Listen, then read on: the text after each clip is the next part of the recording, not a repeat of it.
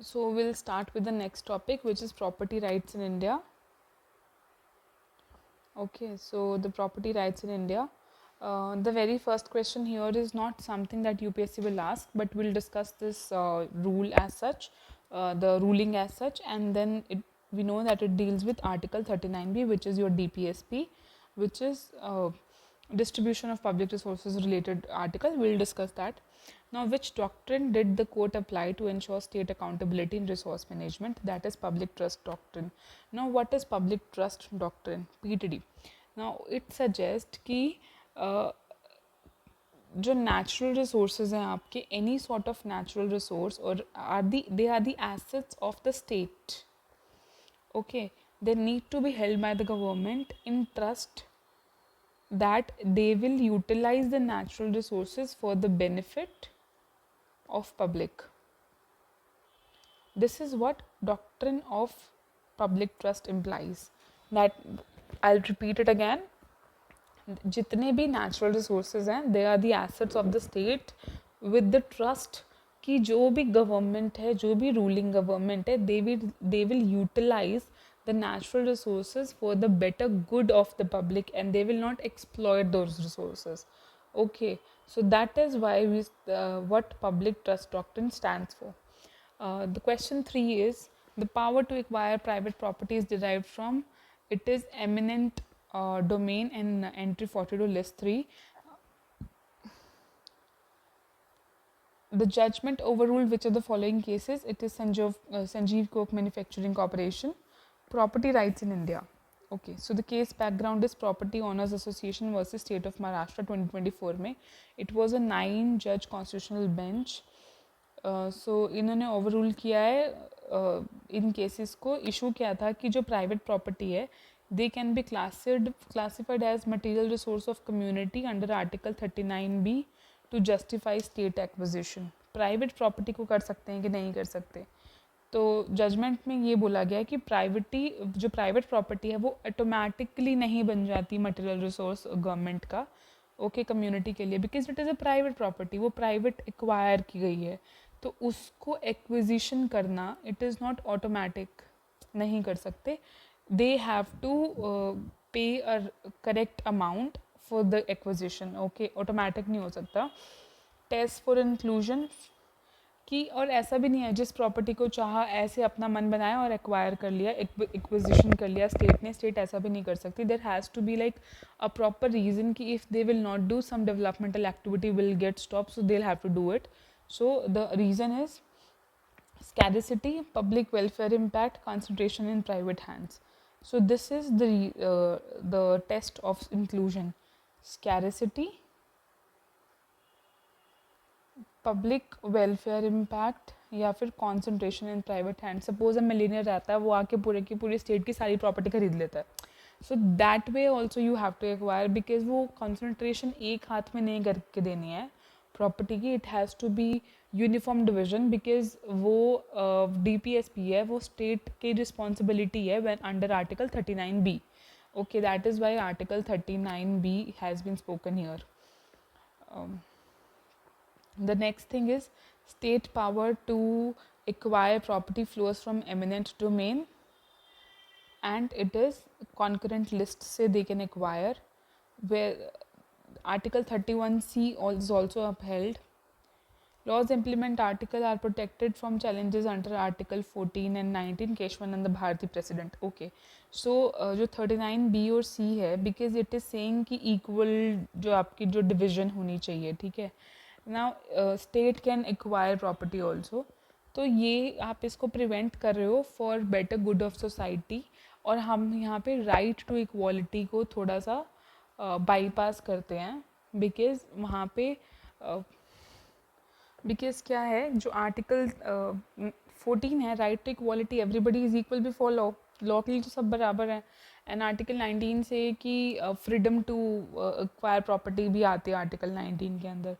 So if today I have money, I go and buy land, it's my wish now. Why the state has to control it? Okay, तो ये तो मेरे fundamental principles के against चला गया, but fundamental rights के against चला गया. बट जो गवर्नमेंट है वो आर्टिकल 39 भी सेज कि government can acquire property to serve the common good, like if they feel like कि अगर हम इसको एक्वायर करके कुछ सबको इक्वल डिस्ट्रीब्यूट कर सकते हैं टू एन एक्सटेंट, सपोज किसी के लिए पीएम आवास योजना के अंदर घर बनाने हैं तो they have to acquire some of the land, कुछ पास की लैंड कम पड़ रही है कि कुछ एक्वायर करनी पड़ रही है, तो उसके लिए दे से कि अगर हमें सोसाइटी के गुड के लिए करना है तो वी कैन डू, तो वहाँ पे आपके इंडिविजुअल राइट प्रिवेल नहीं करेंगे, ठीक है, बट उसका आपको फेयर कॉम्पनसेशन दिया जाएगा so that you also don't feel let down.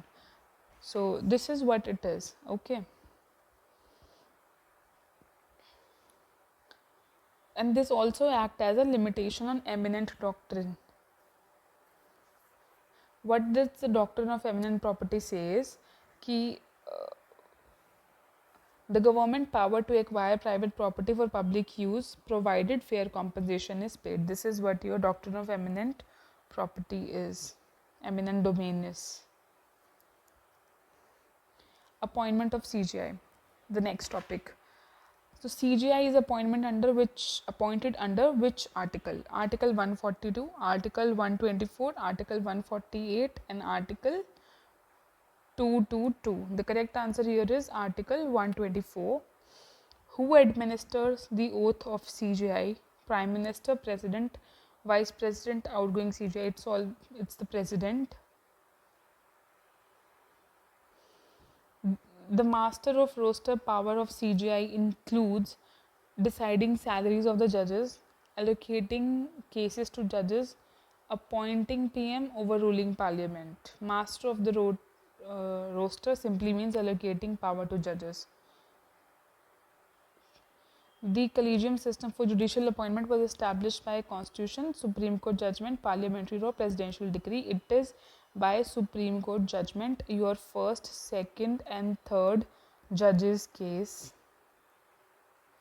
It is responsible for establishment of collegium system.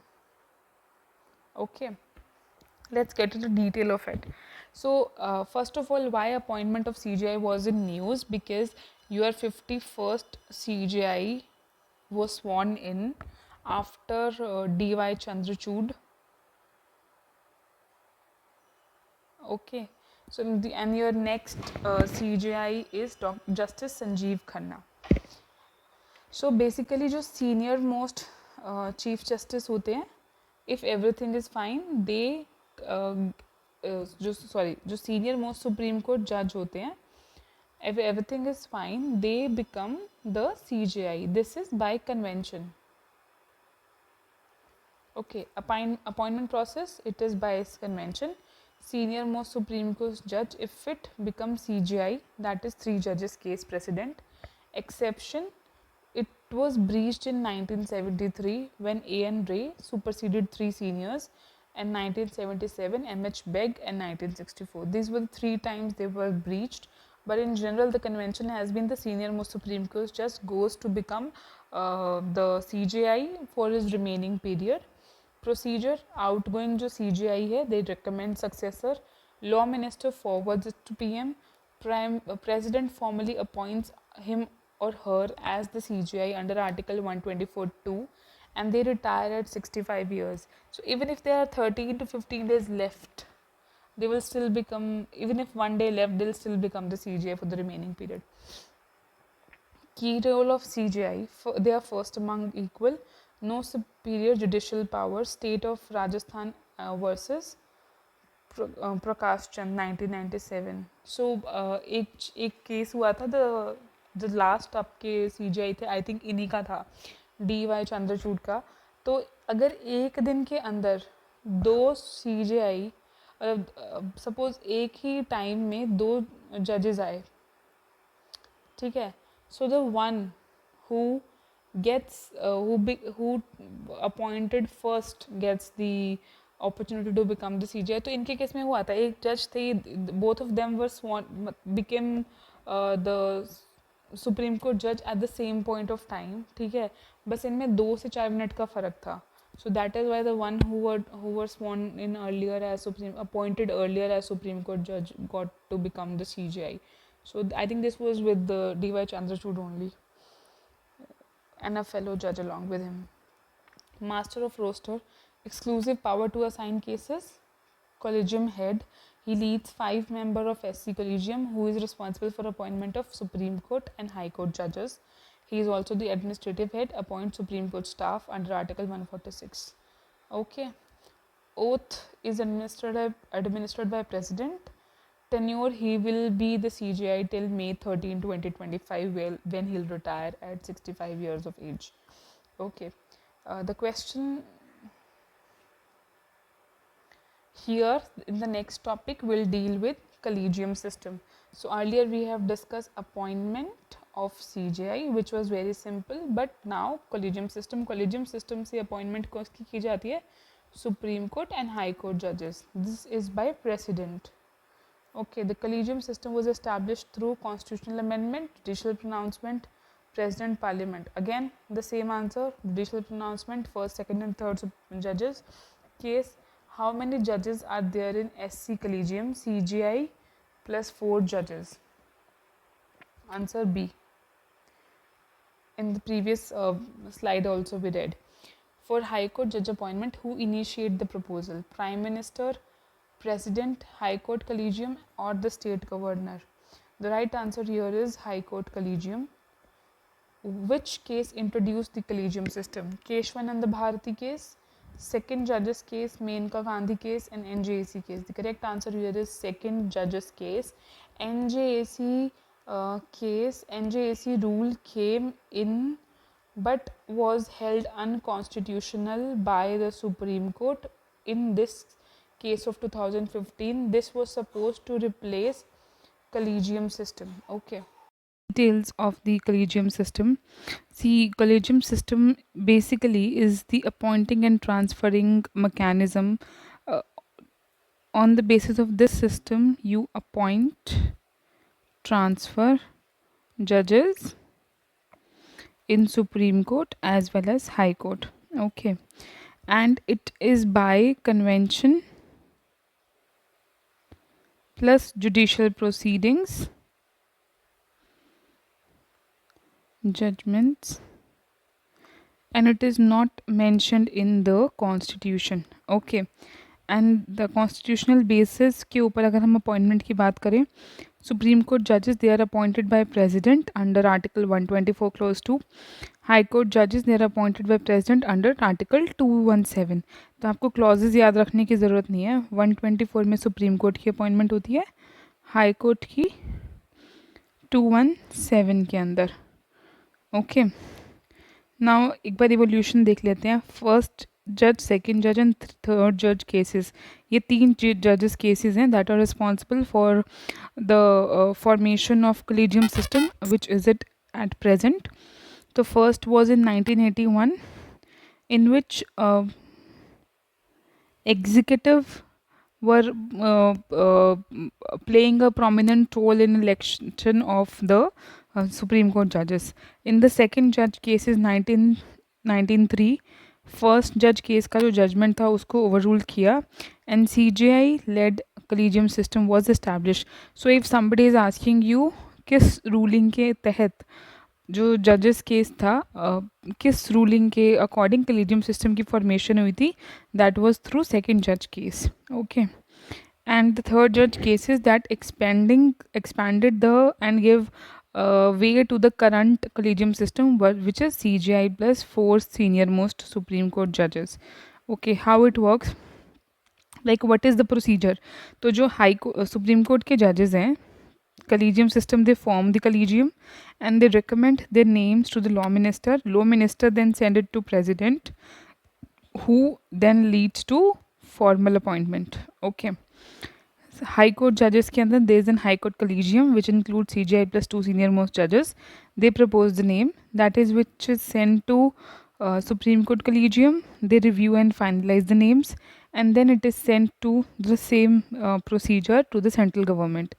Transfer कैसे होते हैं? It is Supreme Court that Collegium that decide inter high court transfers. Okay. The next topic is impeachment of judges. So impeachment of judges, let's look into the question first. The minimum MPs required to initiate impeachment in Rajya Sabha are 50. The correct answer here is 50. The inquiry committee for impeachment includes PM, CJI President, CJI High Court Chief Justice, Jurist, Lok Sabha Law Minister, and SC Collegium. It is CJI High Court Chief Justice and Jurist. Which majority is needed to pass an impeachment motion? Simple majority, 2/3 president voting total majority, 3/4 of total membership, and only Rajya Sabha approval. It requires the toughest majority here, which is your 2/3 present and total voting plus total majority. Which article govern High Court removals? It is Article 218. 217 is responsible for appointment, 218 is for removals. Okay, let's look into the details of it. Impeachment of judges कैसे होता है?